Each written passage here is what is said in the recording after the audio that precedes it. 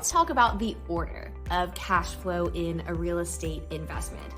Sometimes I hear newer investors or people who are thinking of becoming real estate investors say something along the lines of, oh, I should buy a house in that neighborhood. The rents are $2,000 a month. My mortgage would only be $1,500. That's $500 a month in income.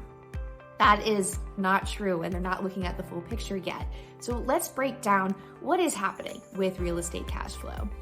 First is the rent coming in, right? Whether it's a single family home, a commercial building, an apartment building, a mobile home community, you have rent coming in. That's the basis of real estate investing.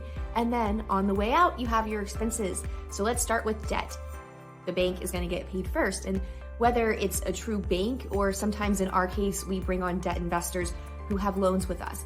Those are the first people to get paid back, is your debt. Next comes your monthly expenses. We may have a property manager, we have taxes, we have insurance, repairs come up, right? Even vacancy. There's always going to be some vacancy happening in the long run of a property.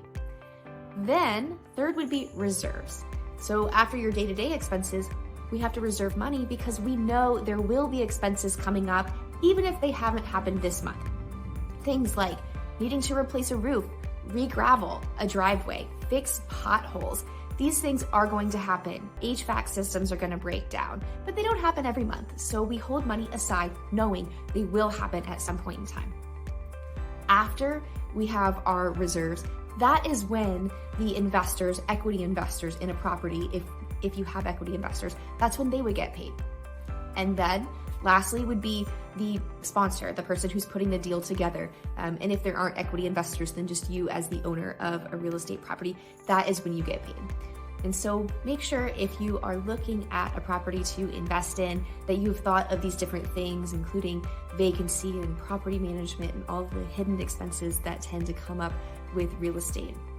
And while we're sort of thinking about the order of cash flow, I think this is a good tie into other times I talk a lot about the difference in debt investing versus equity investing. Now, notice the debt investors, right? The people who have loans against properties that we own and we pay them on a monthly basis, they get paid at the top in first position. And then equity investors, they get paid in position 4 after reserves.